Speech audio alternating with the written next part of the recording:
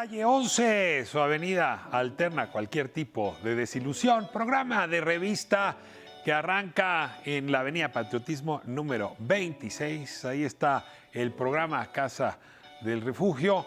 Es un programa dedicado a darle asilo, a ayudar a quienes vienen huyendo de sus países por razones muy diversas, pero que sobre todo han puesto en riesgo su vida. ¿Cómo los estamos recibiendo?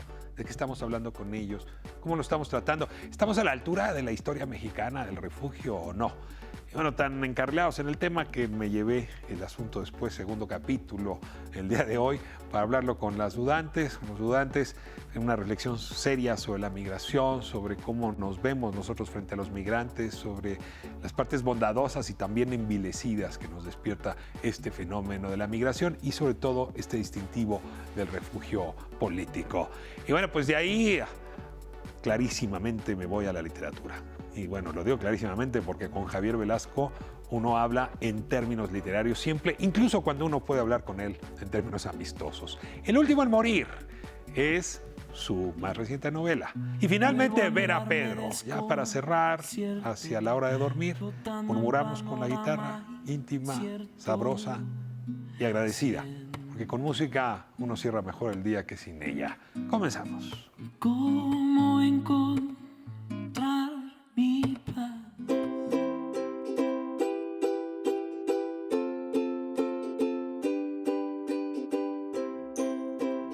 Esta noche, calle 11 hace esquina con Avenida Patriotismo número 26. Aquí está el programa Casa Refugiados, un tema que ha sido muy importante en los últimos años y muy difícil, sobre todo este último año, porque a la necesidad de migrar se suma la pandemia y las restricciones económicas que ha implicado esta condición sanitaria.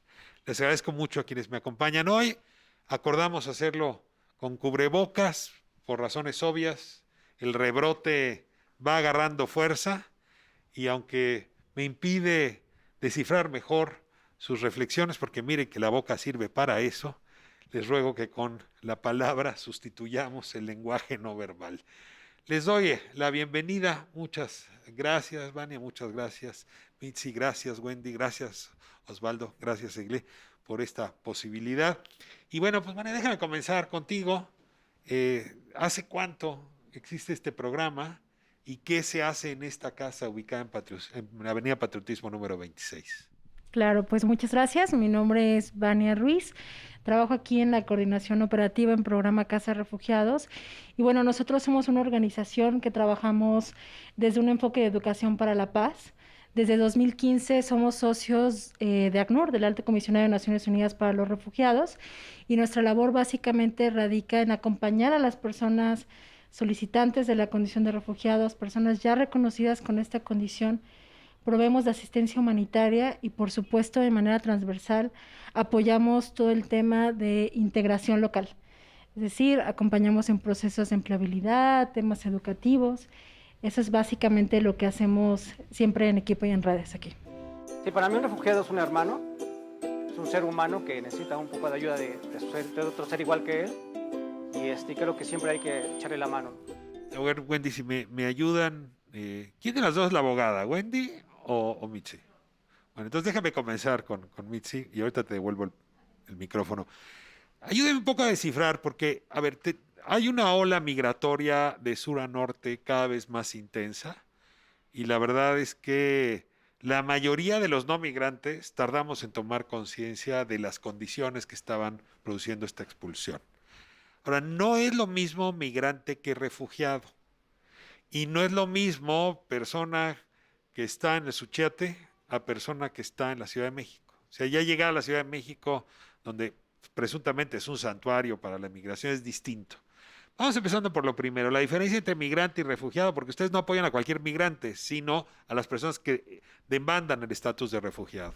Claro, las personas migrantes, bueno, pueden ser o pueden llegar al país por cualquier situación, por ejemplo, como un tema económico, ¿no? O por un tema laboral. Es decir, vienen de sus países de origen a estos espacios buscando esa situación, ¿no? Una visa de trabajo o vienen a estudiar. En cambio, en el caso de las personas que son refugiadas, son personas que vienen saliendo de sus países de origen porque su vida y su integridad corre peligro y apelan pues a la protección internacional, ¿no? Entonces es diferente, son personas que están huyendo no porque quieren salir de sus países, sino porque la situación los obliga a hacerlo. Y en el caso de los migrantes, pues es más bien como una decisión un poco pues planeada, ¿no? En este sentido de, bueno, voy a estudiar a otro país o voy a trabajar a otro país porque así lo deseo hacer. Es decir, estás hablando de razones como persecución política, violencia, hambruna, ¿no? Situación económica. ¿Qué otras causas están aceptadas? Persecución, ¿no? Por temas de género, de religión, eh, pues básicamente son todas las violaciones a los derechos humanos que se pueden cometer en contra de una persona, ¿no? La que les hace o les obliga a salir de sus espacios de sus países de origen. Ayudamos a personas tanto de escasos recursos como personas en situación de refugio. Osvaldo, ¿desde qué ciudad salió usted para refugiarse en México?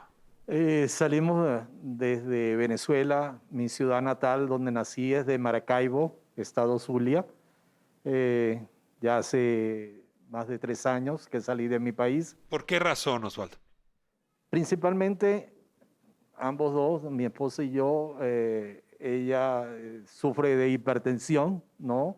En esa época que nosotros salimos, que estaba empezando a escasear de todo. Ella debe tomar un medicamento todos los días y llegó un momento que ya no la conseguías, ¿no? Y si la conseguías te la vendían a un precio exorbitante. Entonces, ella al ser esto era una tensión porque sus pastillas duran un mes porque las cápsulas solamente era para esa capacidad. Entonces era una tensión para ella el de, ¿cómo hago el mes que viene? Y no, sumado a otros valores, tanto alimenticios, económicos, todo, fue una decisión que se tomó entre los hijos que tenemos y nosotros, decidir emigrar. O sea, no era una cuestión relacionada con la persecución política del régimen, Sí. sino por sus consecuencias, digamos, No, la falta sí, de medicamento. No, ahí sí entraríamos parte un detalle, sí había algo político. ¿Por qué? Porque mi hijo mayor era un dirigente político dentro de un partido de Venezuela y llegó un momento casi como 6 meses antes de venir, amigos de él, yo lo viví personalmente, tú no podías salir de la casa y uno notaba ciertos vehículos cuando no te tienen placa, vidrios oscuros, era siguiéndolos a ver qué hacía. Nosotros, yo mismo, mi esposa no salía por si acá, yo tenía que salir obligatoriamente y tú lo notabas que no era algo normal. Entonces, esos amigos de ellos hasta los detuvieron en uno de los sistemas de seguridad que tienen allá. Estuvo durante 3 meses y todo, como eso es todo un grupo de ellos, de gente joven, estaban como marcados, ¿no? Como decir, y él, mi hijo, para evitar situaciones como esta, también dijo, verá, no quiero que les vaya a pasar nada. Él mismo hasta tuvo que estar en apartamento, cambiarse a veces con familia, o sea, no mantener la rutina diaria que teníamos siempre.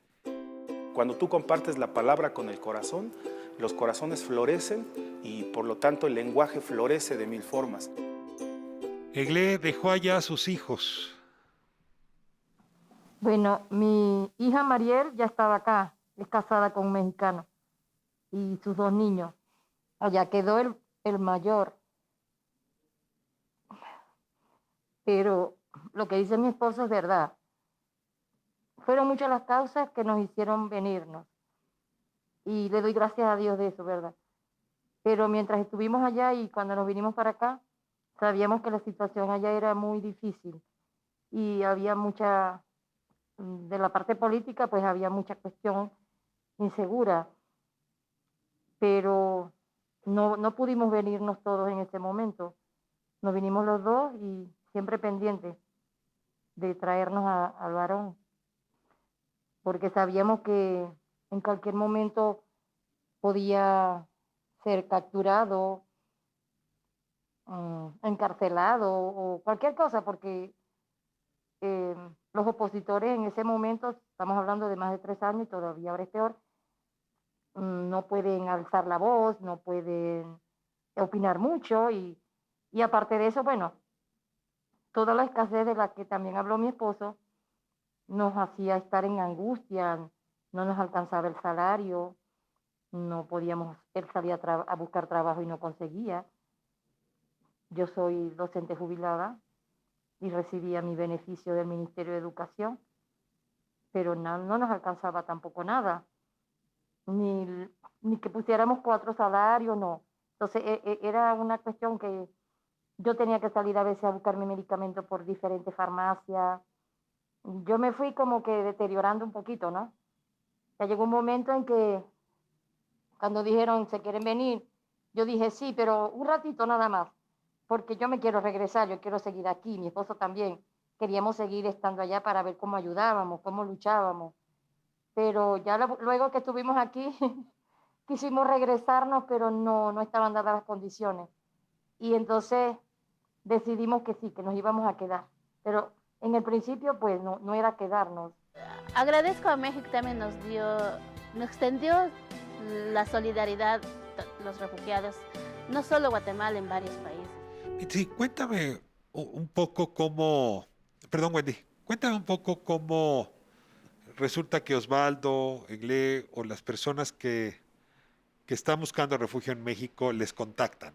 Que puede ser que haya mucha gente hoy que se reconozca en esta historia que nos acaban de contar Egle y Osvaldo, y les agradezco mucho el valor de compartirla, y que a partir de eso quisieran contactar al programa Casa de Refugiados. ¿Cómo se hace ese contacto? Y ustedes, déjame ponerlo en esos términos, ¿de qué sirven para esas personas que están buscando refugio? Ok, bueno, primero, pues las personas justamente llegan por lo menos a Ciudad de México, y entre ellos es muy curioso, ¿no? Porque entre ellos se van pasando la voz, y como, yo llegué, que llega alguna persona, yo llegué porque tal paisano me dijo que aquí podían apoyarme, ¿no? Ese creo que es nuestra mayor como difusión, por así decirlo, que entre ellos, entre todas las personas, se pasan como todo esto, la voz, y pues obviamente, o sea, incluso no sé si exactamente desde país de origen, pero bueno, por lo menos en frontera hay muchísimos como información sobre si una persona salió de su país de origen y por algún tema de persecución, a dónde acudir, ¿no? Entonces allá hay una oficina del ACNUR y pues justamente como que se van pasando la voz, bueno, al llegar a Ciudad de México con alguna persona que llegue al sur y que se quiera mover, justo entre ellos se van, en Ciudad de México hay una organización que se llama Programa Casa de Refugiados, a la cual puedes acudir, ¿no? Entre ellos, y es muy curioso porque pues desde allá cuando damos atención o algo así, de ¿cómo te acercaste? ¿Cómo nos conociste? Sí ha tocado ese tipo de cuestiones. Para ponerle números a las historias personales, ¿cuántos beneficiarios desde el 2015, Vania, que abrieron esta relación con ACNUR a la fecha han atendido? Wow, es un número bastante complejo, pero el último año atendimos a más de 3.500 personas. Estamos hablando de 2019. A la fecha, también el número, si bien ha bajado la solicitud de la condición de refugiados, personas que ya llevan mediana estancia aquí en México han regresado también al programa. Ahorita ya superamos las 2.000 personas, casi al cierre del año, en lo que va de la pandemia. ¿Y qué les ayudan? Es decir, yo supongo que es armar el caso, ahora regreso el micrófono a Mitzi, pero hospedaje, alimentación, escuela para los niños, ¿qué Así más es. aparte de lo jurídico? Es una ruta integral donde, en primer lugar, nos interesa muchísimo todo el tema de asilo de calidad, es decir, que las personas tengan información para solicitar la condición, identificar necesidades, como bien lo mencionas, temas de alojamiento, temas de salud, temas de atención primordial con gobierno, ¿no? Es decir, en cuestiones de acompañamiento para procesos de integración, Y también todo el tema educativo nos interesa impulsar el derecho a la educación para niños, niñas y adolescentes acompañados y no acompañados. Así que se apoya a las familias a que ubiquen la escuela más cercana, a que inscriban a sus niños y hacer toda esta parte integral. Yo darle las gracias a México de haberme tendido la mano para poder estar aquí. Itzim, no me cabe duda que la Ciudad de México se volvió un lugar santuario, como le llaman, para migrantes y refugiados. Pero te pregunto ahora, cuando llegas, porque esto no se resuelve a nivel local, cuando llegas ante la oficina y le pides a la Comar que te atienda y que te ayude a presentar los papeles, ¿qué tan abiertos estamos en México, nuestras instituciones, para otorgarles refugio, residencia, incluso nacionalidad a quienes vienen padeciendo pues esta biografía que Osvaldo y Eglé nos contaban? Creo que hace falta mucho trabajo, ¿no? Todavía. He escuchado muchos testimonios de personas que se acercan a nosotros y el comentario que nos hacen es: México no estaba preparado para recibir refugiados. Y eso lo vemos mucho en las instituciones, ¿no? En el caso de Comar, creo que pues hay un esfuerzo para poder apoyarles y darles la información necesaria.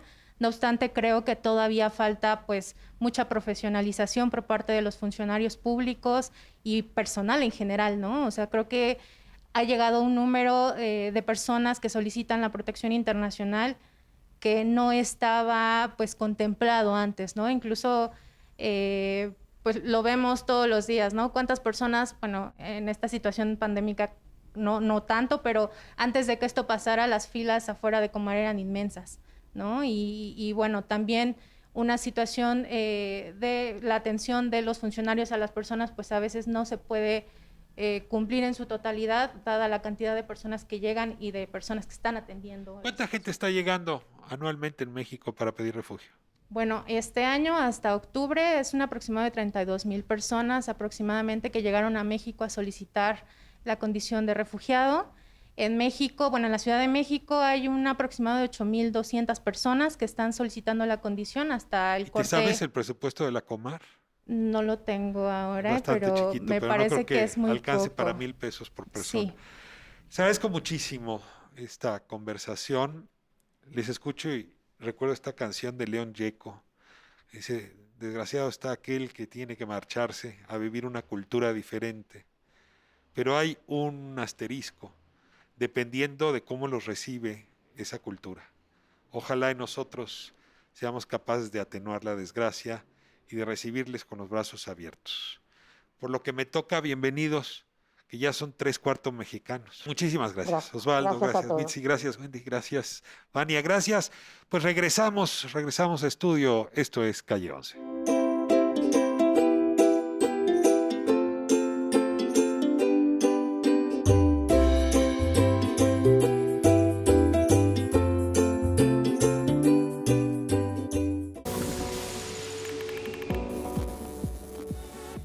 Dudantes, capítulo 2 de esta revista Calle 11. Seguimos con la distancia adecuada y los saludo en su versión Zoom, que empiezo a pensar que son más guapos que en la tercera dimensión. ¿Cómo están? Hola. No se lleve. Ese golpe, ¿qué? Bueno, lo voy a centrar en Miguel. Ustedes dos guapas en cualquier versión.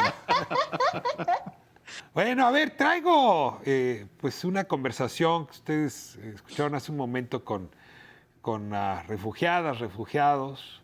La verdad es que Osvaldo, Eglé, que vienen de Venezuela, sí me dejaron muy cimbrado. Y recordando aquella canción, la citaba hace un momento, de Solo le pido a Dios, de León Gieco, ¿no? Desgraciado es aquel que tiene que marcharse a vivir una cultura diferente. Y es una frase que pega mucho porque la ola migratoria y la ola de refugiados que van pegadas, ¿no? Ahora discutimos sus diferencias, pues se acrecentó en los últimos años, quizá un poco frenada por el COVID o paliada, ¿no? Tamizada por el COVID, que no ha ayudado a la circunstancia. Y México, que pues con la migración latinoamericana, la migración de la República Española, pues se las da de ser pues muy abrazador con el refugio. Tengo la impresión de que nuestra generación, o sea, ustedes y yo también, no estamos a la altura de lo que está ocurriendo. Pues les lanzo un poco el tema después de en fin, el toque en el alma que me dieron estas conversaciones para escuchar sus reacciones. No, a mí honestamente me da muchísima tristeza, ¿no? Leer los comentarios y más, por ejemplo, desde la caravana migrante, ¿no? Estas grandes masas de personas que necesitaban salir de la violencia en su país y querían pasar por México, ni siquiera es que quisieran quedarse en este país, y cómo la gente les recibía, o la gran mayoría de las personas, porque también todavía hay mexicanos y mexicanas solidarias a las cuales les mando un saludo, pero muchísimas personas, ¿no? Hablando sobre crimen, sobre personas criminales que venían a nuestro país, que nosotros muchísimas veces escuché, o por lo menos a mí me lo dijeron, ¿no? Si tanto te gustan que los migrantes y las migrantes, recíbelos en tu casa, ¿no? Este tipo de cosas súper racistas, súper discriminadoras, súper clasistas también, lo cual nos muestra muchísimo y tristemente una anatomía del mexicano y la mexicana que a mí no me gustaría conocer, pero lamentablemente ahí está y tenemos que luchar en contra de ella porque somos nosotros también migrantes, ¿no? Y muchos de nuestras familias, y me parece muy triste y deprimente que no podamos ser solidarias y solidarios con todas estas personas que nos necesitan. Sí, fíjate que cuando yo estuve en El Salvador, como que tuve la oportunidad de conocer lo que significaba moverte de tu país, de tu hogar, por cuestiones de la violencia. O sea, un joven que cumple 17 años y que es más seguro que atraviese Centroamérica y México para tratar de llegar con su familia a Estados Unidos que permanecer en su comunidad. O sea, eso fue algo que a mí me dejó como choqueada. Y en otra oportunidad que tuve, bueno, y en esto lo hablamos, pues de las personas que por voluntad, bueno, no por voluntad, sino por motivadas por estas circunstancias, tienen que hacer desplazamientos, pero lo que comentabas tú, Ishel, de este rasgo de la personalidad del mexicano contemporáneo que mira al otro como alguien peligroso, como alguien en quien no quiere confiar. Tuve la oportunidad de trabajar cuando recién salí de la facultad en el Cirque du Soleil y pues ahí vienen artistas de todas partes del mundo, ¿no? Y en la oficina de producción en la que yo trabajaba, la chica que coordinaba el tour me decía: no sabes lo duro que son las políticas migratorias para que los compañeros de Latinoamérica entren a México, pero además el carácter tan xenófobo que hay en las oficinas de migración. O sea, con los compañeros que venían de Colombia, de Argentina, de Ecuador, las personas del Instituto de Migración llegando al aeropuerto trataban a estos compañeros igual como si fueran criminales o asociándolos a bandas delictivas o todos estos prejuicios que nos vamos haciendo. Y ellos, bueno, están protegidos por una institución de reconocimiento mundial. Ahora, las personas a pie, la realidad a la que se enfrentan es demasiado fuerte. Miguel. Hay un matiz importante que tú ya señalabas dentro de la categoría de migrantes en general, que son personas que cambian su residencia y quienes lo hacen por razones de refugio. En el derecho internacional, y perdón por la referencia aburrida, pero abogado al fin y al cabo, la noción de refugio en realidad la tiene cualquier persona que tiene que salir de su contexto porque está en peligro su vida, ¿no? Y eso ya les da una característica de refugiados. Y lo que sucede, por ejemplo, en Europa, en donde hay personas que están saliendo masivamente de un país y que tienen que atravesar lo que sucedió, por ejemplo, en Hungría o lo que sucede propiamente en los Balcanes, que es el tapón de Europa frente al otro hemisferio, sucede que esas personas vienen huyendo de guerras, tienen la protección internacional, son refugiados y sin embargo algunas sociedades los rechazan. México ha tenido una tradición tanto de asilo, que tiene mucho más que ver con los exilios políticos, que son personas que solicitan la protección de un país, y de refugio. México tuvo campos de refugiados formalmente instalados en el contexto de las guerras civiles centroamericanas. Entonces, creo que ahí lo que es curioso es que son personas huyendo de la brutalidad que contra ellas cometen otras personas. Y el ser humano, esa parte de lo que a mí me aterroriza ahora que dices, no me gusta verme en ese espejo, tiene la posibilidad de causar dolor, pero también tiene la posibilidad de ser solidario. Y cuando frente a nuestros ojos está la oportunidad de ser solidarios y nos la negamos, nos convertimos exactamente en lo mismo que los criminales de guerra que están expulsando a personas de su contexto. Esa es la parte que es súper dolorosa. Siempre anda uno rascándole optimismo al futuro, ¿no? Sobre todo cuando el futuro anda seco de optimismo. ¿Cómo les cae la llegada de Biden frente a este tema, Magdalena, Miguel? Pues a mí en el optimismo me cae bien, ¿no? Pensar en una vicepresidenta como Kamala Harris, que tiene un origen distinto, pero además se pronuncia con convicciones distintas, creo que en el discurso nos viene bien al ánimo.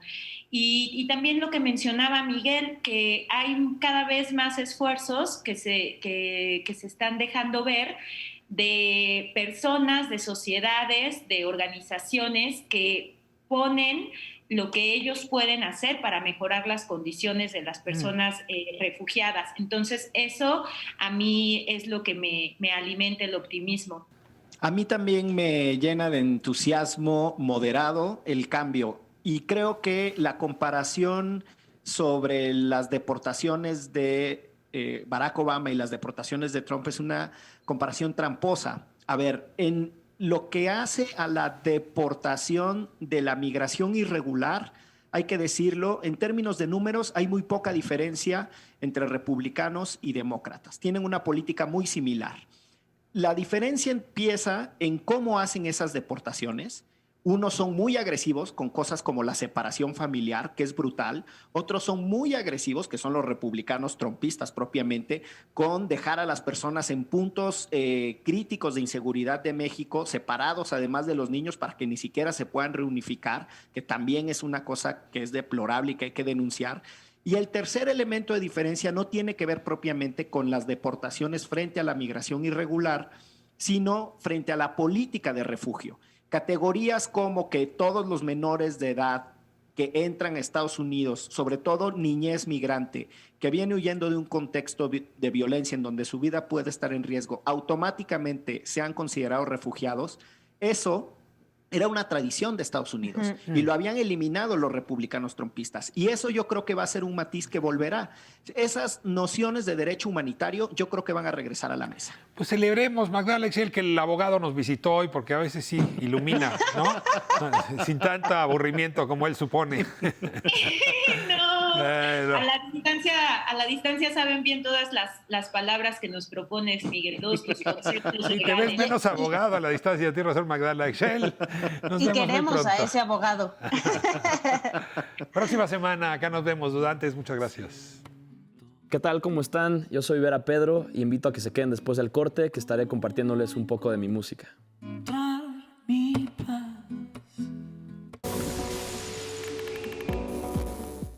¿Cómo están todos? Yo soy Vera Pedro.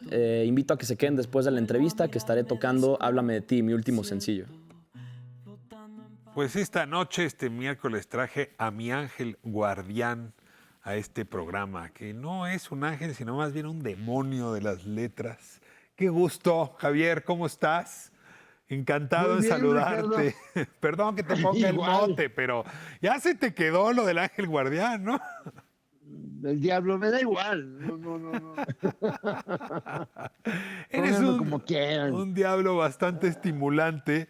Y bueno, un hombre que ha hecho de su biografía literatura, no sé si hay un escritor que pueda hacer literatura sin su propia biografía.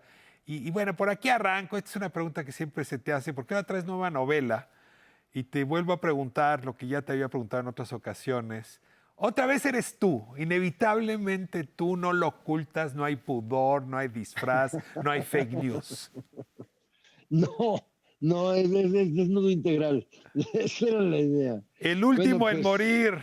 Era una tentación que tenía ya desde hace tiempo, sentarme a hablar de mi oficio, y tal como lo fui ya pensando al momento de empezar, contar la historia de mi oficio y contar la naturaleza de mi oficio y hacerlo, o sea, contarlo en dos tiempos, hablar de cuando empiezo a escribir, hablar de ahora y tratar de definir qué es este oficio, por qué lo sufres tanto, por qué lo amas tanto y por qué no estás dispuesto a dejar esto por ninguna razón o sin razón.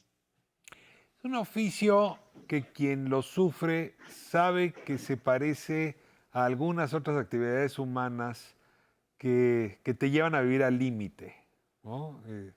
Murakami, por ejemplo, lo compara con esos ejercicios de correr hasta, digamos, hasta el punto de estar exhausto. La portada de tu libro pone a un motociclista, ¿no? En el límite de la velocidad. Pero sí hay algo, ¿no?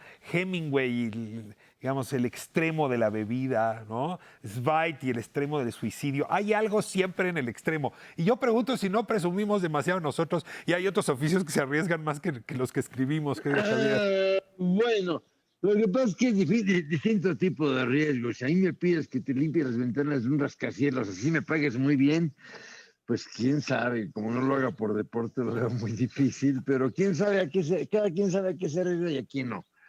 ¿A qué no? Por decir algo, si tú me pides, oye, hazme un dibujo, porque lo voy a publicar, digo, no me hagas eso, no voy a hacer el ridículo de ninguna manera, eso es demasiado riesgo.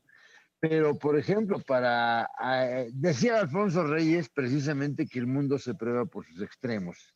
Yo sé que hay escritores, el gran ejemplo es Borges, que parten más de sus lecturas y de su imaginación que de su experiencia. Para mí no. Para mí mi vida es un laboratorio de mi trabajo. Entonces mi vida está ahí para servirlo. Hace rato estaba yo platicando con mi esposa justo aquí donde estoy ahora y estábamos hablando y me dice, oye, es que el problema es que esto para ti es todo. Pues sí es todo. Y si es todo, pues hay que arriesgar. Y hay que arriesgar fuerte porque ya lo dice el refrán, si no arriesgas no ganas. ¿Y de qué vas a hablar? ¿De tu cómoda vida en el jardín? No, hay que tirar los dados. Hay un tema en esta última novela que es este arriesgue que uno compromete cuando está enamorando a alguien. Y tú justamente te arriesgaste a enamorar a alguien, de la cual acabas de hablar ahora, por cierto, y lo volviste tema de la novela. Me conmovió mucho ese arriesgue, de contarnos cómo te vuelves Don Juan y haces lo que sea para agradar, para atrapar, para atraer, ¿no? Los animales lo llaman apareamiento, pero nosotros lo ponemos en la literatura y lo sublimamos. Bueno, es que es curioso porque al mismo tiempo que hablo de tiempos de penurias, en que las chicas no me hacen caso, que hago ridículo tras ridículos, trampancho tras oso, y que me digo, soy un novelista sin novela y nunca voy a pasar de ahí.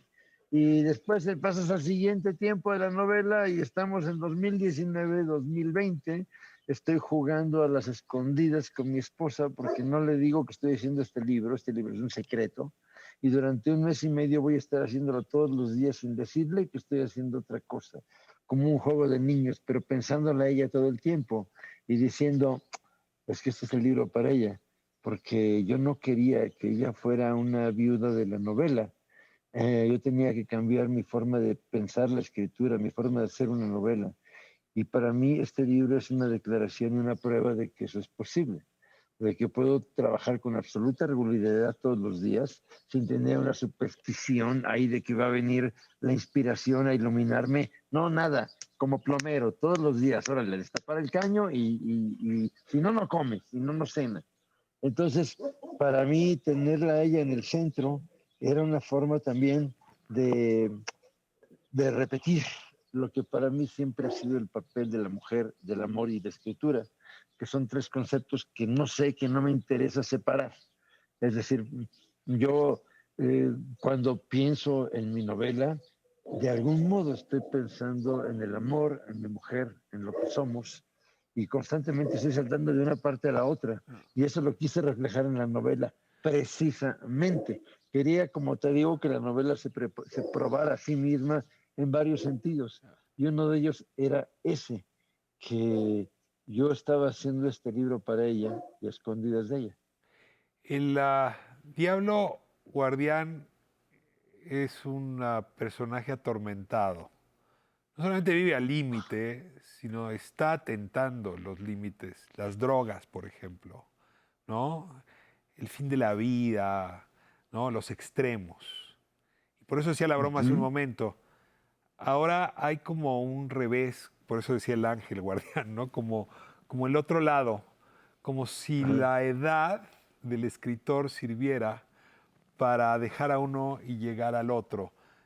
¿Te hace sentido lo que te estoy diciendo?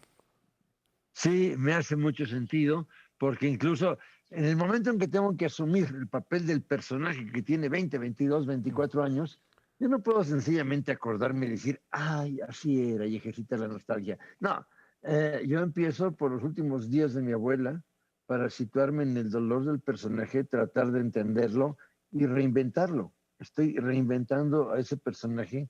Sí, claro, con muchos datos, con la mayoría, quizás con todos los datos que ya sé, pero al mismo tiempo viviéndolo de otra manera, porque desde donde yo estoy ahora, pues lo veo un tanto ingenuo, me da risa, me da ternura de pronto, digo, qué bruto era.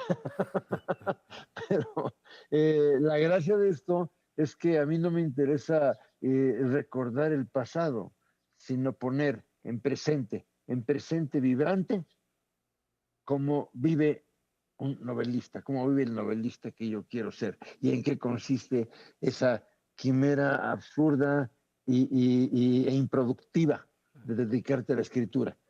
Ahora, si me permites visitar tu biografía como quien sobrevuela un territorio, y eso tiene siempre algo de frívolo, porque no está uno viviendo el territorio, pues lo que toca se vuelve paraíso. O sea, escribes una primera novela, es exitosísima, ganas el premio Alfaguara, es serie de televisión, ¿no? Y el resto de tus libros pues despiertan, yo no sé si fanatismo, pero sí tienes fans en cantidad muy, muy numerosa. Al punto donde, por cierto, el amor de tus días la conociste gracias a la escritura. Déjame irme a corte y me cuentas cómo vives el éxito, Javier. Es decir, no el dolor del que no encuentra pareja, el que no encuentra la página, el que no encuentra la pluma, que siempre uno tiene miedo al fracaso, pero es cierto que del otro lado también existe lo que se llama miedo al éxito. Y te quiero preguntar cómo lidias con esta biografía tuya. Déjame irme a corte y regresamos. Examen de conciencia.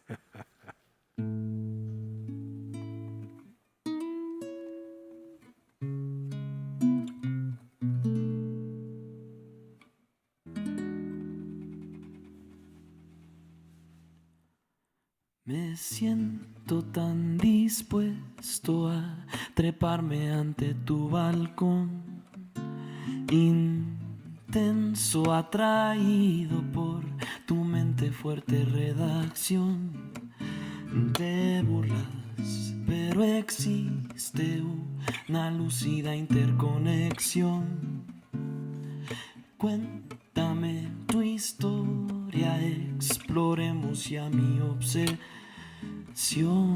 Háblame de ti, atril de sonreír, futuro mural de vivencias. Háblame de ti, libre coexistir, cautiva mis sentidos. Háblame de ti.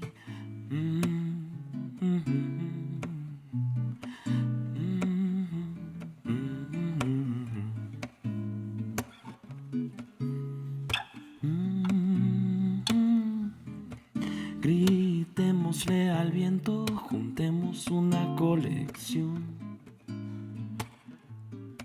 Revelemos pensamientos, compartamos toda emoción. Háblame de ti, atril de sonreír, futuro mural de vivencias. Háblame de ti, libre coexistir, cautiva mis sentidos. Háblame de ti, me siento tan inmerso en tus sueños e imaginación. Aislémonos, criemos, nada de aflicción. Háblame de ti, atril de sonreír, futuro mural de vivencias. Háblame de ti, libre coexistir, cautiva mis sentidos. Háblame de ti. Háblame de ti.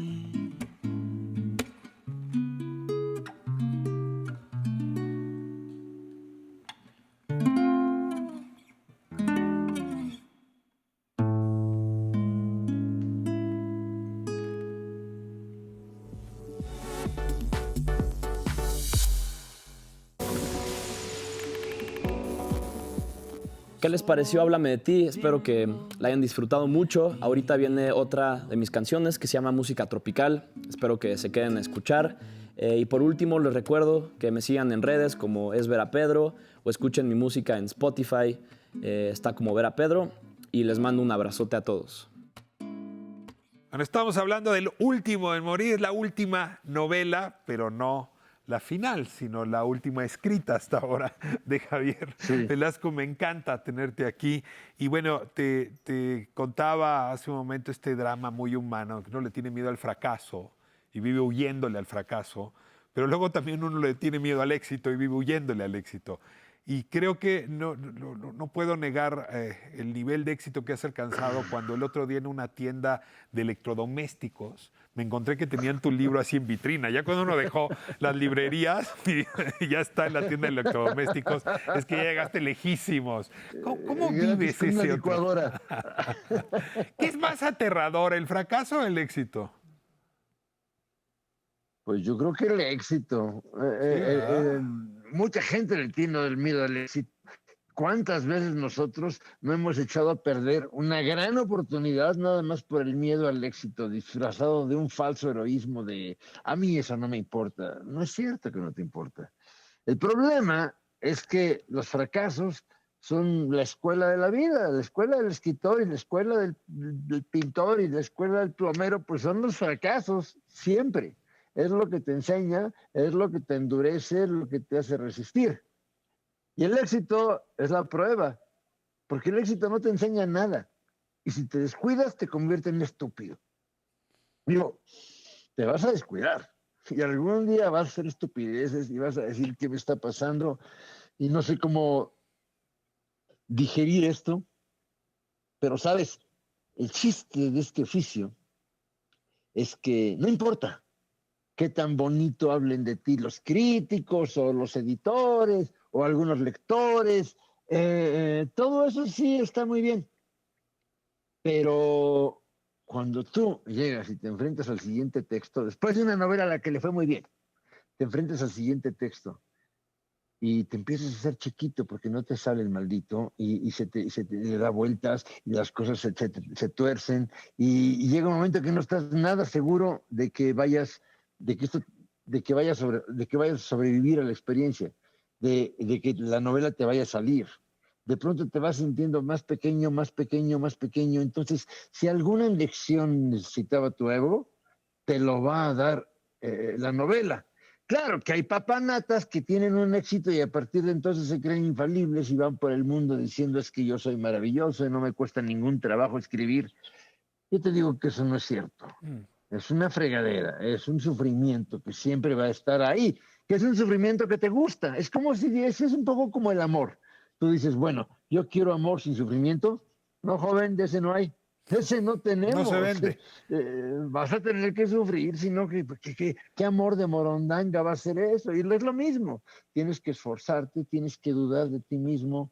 Entonces, a mí, cuando me fue bien, el principal sentón fue ese, decir, bueno, ¿y ahora de qué escribo? ¿Y por qué no me sale? Y lo que más me da vergüenza es llegar a un lugar donde me dicen, oye, tú que escribes tan bien y bla, bla, bla. Y yo por dentro digo, soy un farsante, esto no me está saliendo y estoy aquí dando la cara y diciendo que ja, ja, ja. Y la verdad es que me siento un inútil. Hace un momento en el corte anterior dijiste que una forma de enfrentar ese proceso de estupidización llamado éxito es el examen de conciencia. A ver, cuéntame de esa prueba. Suena como a laboratorio, ¿no? A ver, pase usted al laboratorio y le voy a poner una vacuna de conciencia. Te voy a dar una anécdota. Te voy a contar una anécdota.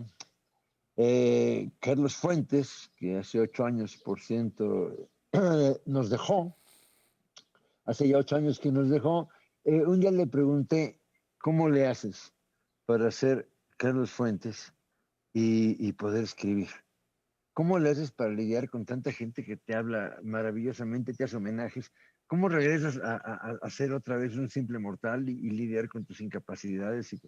Y me dijo, pues es que es muy fácil. Para mí el éxito es como unas enchiladas muy sabrosas. Vas, te tomas enchiladas muy sabrosas, hombre, qué ricas, las disfrutas, sales del restaurante, no te vuelves a acordar de las enchiladas. Entonces, yo lo que hago es veo todos esos homenajes y todas esas lisonjas como enchiladas. Porque, a ver, ¿qué pasa cuando hablan mal de ti? ¿Qué pasa cuando un crítico dice que no sirves para nada? ¿Le vas a hacer caso? No, ¿verdad? Tampoco le puedes hacer caso al que te dice que eres maravilloso. La verdad es que tienes que huir de esos dos extremos. Y el examen de conciencia que te decía consiste justamente en decir, mira, ni una ni otra cosa. Soy un fulano que está aquí luchando por salir de un problema en el que se metió. Y eso es lo que me hace novelista. El último en morir es un personaje, pero me lleva a hacerte la siguiente pregunta, que en realidad está imbricada en este texto. ¿Qué es lo último que Javier Velasco quisiera que muriera en él? Ay, pues es fácil. Lo último que quisiera, pues la capacidad de escribir, porque tal como lo digo en el texto, en esta profesión no existe la jubilación, solamente la demencia o la muerte te jubilan.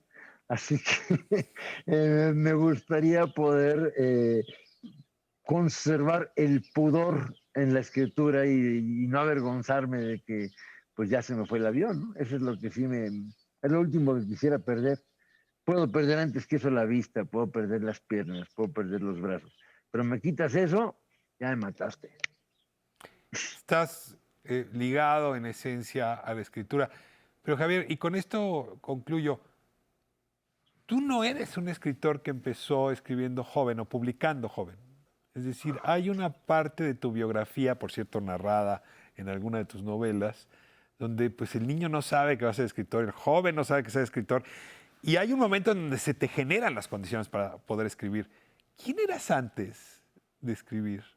Que ahora, pues mira, lo que pasa es que ahora lo mandas al lugar de la nada, digamos, ¿no? No eras tú. Esta manía la tengo desde los 9 años. Lo que pasa es que una cosa es que tu juego sea escribir y otra cosa es que digas voy a ser escritor. O sea, tardo hasta llegar a los 22 años cuando digo, ok, ya, 20 años, ya basta, me dedico a esto, que es precisamente el inicio del último en morir.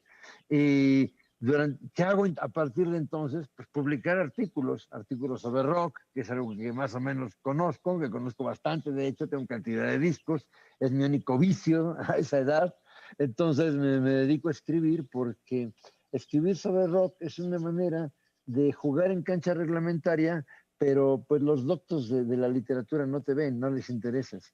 Así que puedes cometer cantidad de burradas sin dejar huella que perdure, ¿no? Entonces me tardé mucho en decir, ok, voy a tratar de hacer una novela que pueda publicar, porque yo sentía que no estaba listo. Me faltaban muchas cosas, me faltaba una voz, me faltaba calle. Y yo era había sido un hijo protegido toda la vida, ¿no? Entonces tenía que vivir cantidad de cosas, tenía que ganar experiencia, y mientras no ganar esa experiencia, pues no estaba listo para escribir. De hecho, hay cuento en El último en morir, cuento de una novela y un libro de cuentos que escribí y que no quise publicar. El libro de cuentos me lo aceptaron en la editorial de la Universidad Veracruzana, y a los 2 años que me dijeron, ok, corríjalo, me puse a leerlo, dije, esta inmundicia no se publica nunca. Es como un pudor, tuve un gran pudor hasta una cierta edad, hasta pasados los 30 años, tuve mucho pudor de publicar cosas de literatura, porque me sentía todavía muy lejos ya no digamos de enorgullecerme, de estar dispuesto a dar la cara por esas porquerías, ¿no? Pues yo voy a regalar esta Navidad El Último en Morir, me voy a lucir muchísimo con ese regalo porque es un texto muy tuyo, sigue completando una narración biográfica que ya no es tuya, sino es de tu generación, de nosotros, se identifica uno con más de una reflexión ahí y pues ojalá y seas el último en morir, pero antes de ti esté yo, querido Javier. Te mando un abrazo muy grande. Un abrazote. Mucha suerte y que tengas muy buenas fiestas en lo que sigue. Gracias. Bueno, pues cerramos la entrevista y ahora al episodio musical de este miércoles. Disfruto, el transcurso me llena de ilusión. Te canto, me aguanto toda sensación. Te quiero hacer parte de mi ser. Ven conmigo, vamos a bailar. Un poco de música tropical, vamos a explorar todo aquello mundo entero, vida por celebrar. Te quiero hacer parte de mi ser. Ven conmigo, vamos a encontrar santuario aislado de la ciudad, anhelo ese lugar, otro planeta, naturaleza, vida cerca del mar. Te quiero hacer parte de mi ser. Ven conmigo, mujer.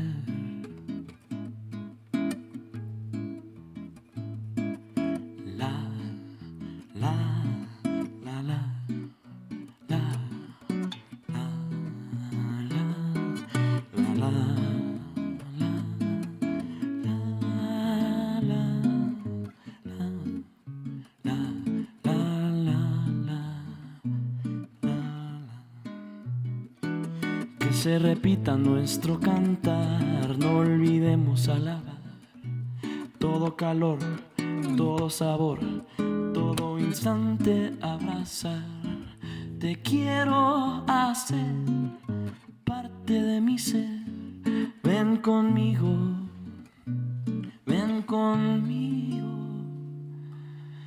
mujer.